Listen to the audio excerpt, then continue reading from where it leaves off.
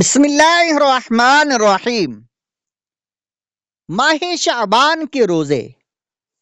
ماہ شعبان اور تلاوت قرآن۔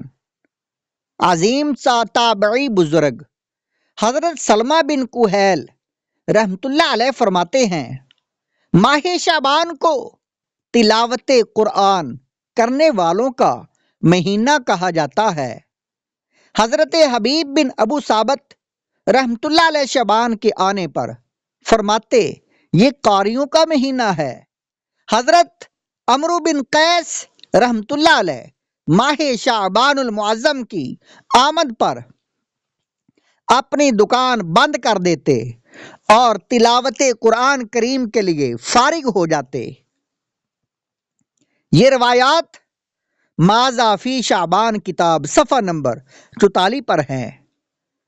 برات دے عذاب قبر سے، نارے جہنم سے، براعت دے عذاب قبر سے، نارے جہنم سے، ماہ شعبان کے صدقے میں کر فضل و کرم مولا، صلو علی الحبیب صلی اللہ علی محمد۔ اے غافل پیارے اسلامی بھائیوں، ہمارے بزرگان دین رحمت اللہ علیہم تو اس مبارک مہینے کو عبادت میں گزاریں، تلاوت کریں، نیکیوں کا اہتمام کریں، اور ہم غفلت کی نیند سوتے ہی رہیں۔ ایسے غافلوں کے بارے میں کہا گیا ہے، اے مبارک وقتوں میں کوتاہی کرنے والے، ان وقتوں کو ضائع کرنے والے اور انہیں برے اعمال سے آلودہ کرنے والے، تو نے کتنے برے کام ان مبارک وقتوں کے حوالے کیے۔ چند عربی اشعار کا ترجمہ سنیے۔ رجب چلا گیا اور تو نے اس میں کوئی نیکی نہیں کی، اور اب یہ برکت والا ماہ شعبان ہے۔ اے شعبان کی عظمت سے بے خبر رہ کر ان وقتوں کو ضائع کرنے والے، ہوش میں آ اور تباہی سے ڈر۔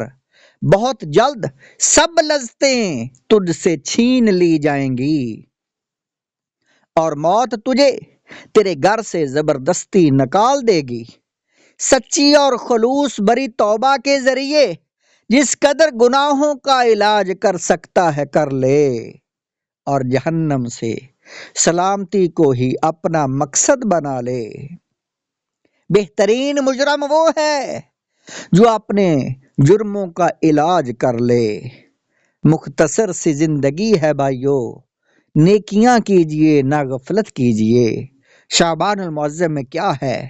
حضرت ابو معمر رحمت اللہ علیہ فرماتے ہیں، ماہ شعبان نے بارگاہ الہی میں عرض کی، اے میرے رب، تو نے مجھے دو عظمت والے مہینوں رجب اور رمضان المبارک کے درمیان رکھا ہے، تو نے میری کیا فضیلت رکھی؟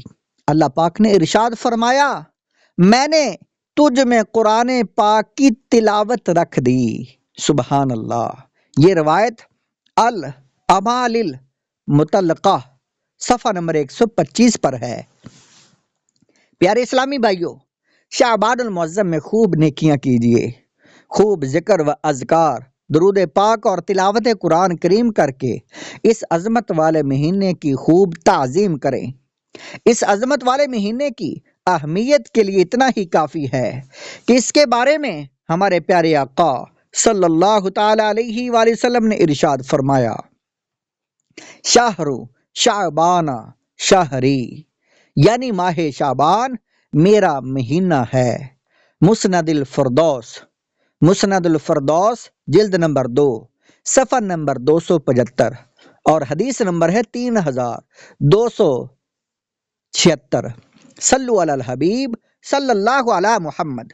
اللہ پاک کے آخری نبی مکی مدنی محمد عربی صلی اللہ تعالی علیہ وآلہ وسلم جیسے رمضان کے روزوں کی تیاری فرماتے، ایسے ہی شعبان کے روزوں کی بھی تیاری فرماتے۔ النور فی فضائل ایام والشہور صفحہ نمبر 173۔ نیز آپ صلی اللہ علیہ وسلم نے تعظیم رمضان کے لیے شعبان کے روزوں کو سب سے افضل روزے قرار دیا، جیسے کہ جنتی صحابی حضرت انس بن مالک رضی اللہ تعالیٰ عنہ سے روایت ہے، حضرت انس رضی اللہ تعالیٰ عنہ سے روایت ہے کہ رسول اللہ صلی اللہ تعالیٰ علیہ وآلہ وسلم سب سے افضل روزوں کے بارے میں پوچھا گیا تو آپ صلی اللہ تعالیٰ علیہ وآلہ وسلم نے ارشاد فرمایا، رمضان کی تعظیم کے لیے شعبان کے روزے۔ یہ حدیث پاک ترمذی شریف جلد نمبر 2 صفحہ نمبر 145 اور حدیث نمبر 663 ہے۔ روزوں کی عبادت۔ شعبان المعظم کے روزوں کی ایک حکمت یہ بھی بیان کی گئی ہے کہ شعبان المعظم کے روزوں سے رمضان کے روزوں کی مشق پریکٹس ہو جائے، تاکہ رمضان کے روزوں میں مشقت اور تکلیف محسوس نہ ہو، بلکہ تب تک بندے کو روزوں کی عادت ہو چکی ہو اور رمضان سے پہلے شعبان میں روزوں کی مٹھاس اور لذت کا احساس ہو چکا ہو۔ لہٰذا جب ماہ رمضان آئے تو بندہ چستی کے ساتھ رمضان کے روزے رکھنے لگے۔